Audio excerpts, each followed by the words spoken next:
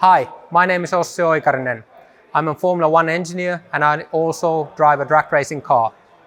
Now I'm going to show you how an RVS treatment is done on a normal road car. The blue-coated RVS Technology T products are designed for transmission treatments.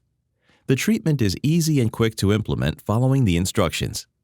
The product package includes a syringe, a small hose, and RVS gel tube, as well as clear instructions in several languages.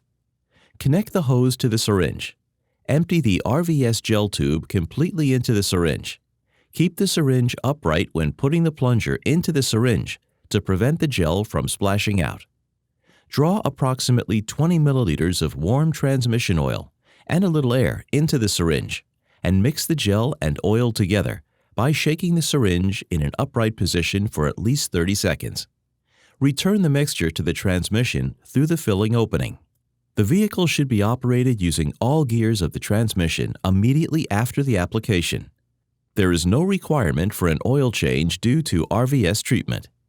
When using RVS Technology professional gels, the treatment procedure itself is similar, but the professional gels do have separate dosing instructions.